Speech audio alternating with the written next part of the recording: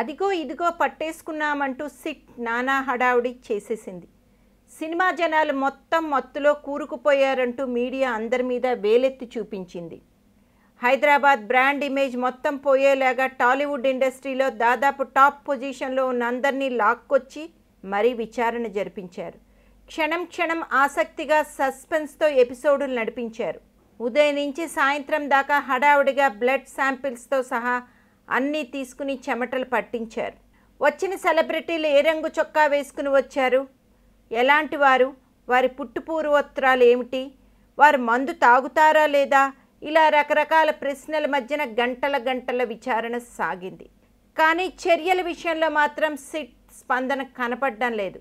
ఈ కేసులో ఇప్పటి వరకు ప్రధాన ఆరోపణలు ఎదుర్కొంటున్న కెల్విన్, జిసాన్, మైక్ కమింగాలు సహా మొత్తం 20 మందిని అరెస్ట్ చేసిన అధికారులు త్వరలో వారిపై ఛార్జ్ షీట్ వేసేందుకు రంగం సిద్ధం చేస్తున్నారు. ఇప్పటి వరకు 11 మంది సినీ ప్రముఖులను దాదాపు 88 గంటల పాటు విచారించిన సిట్ అరెస్ట్ అయిన నిందితులకు డ్రగ్స్ దందాపై పై స్థాయిలో ఉన్న లింకులను ఛేదించలేకపోయిందని తెలుస్తోంది. ఈ 11 మందిలో విచారణ ఎదుర్కొంటున్న 2 సినిమా ప్రముఖుల అరెస్టు తప్పదు అన్నట్టు మాట్లాడారు సిట్ అధికారులు. కానీ చివరకు అందరూ తప్పించుకున్నట్టే కనిపిస్తోంది. ఇవాళ ఆఖరిగా గాయని గీతామాధురి భర్త నందు విచారణకు వచ్చారు.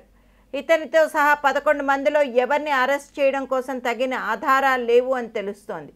సో సిట్ ఇక సైలెంట్ అయిపోయినట్టే, అరెస్ట్లకి ఛాన్స్ లేదు.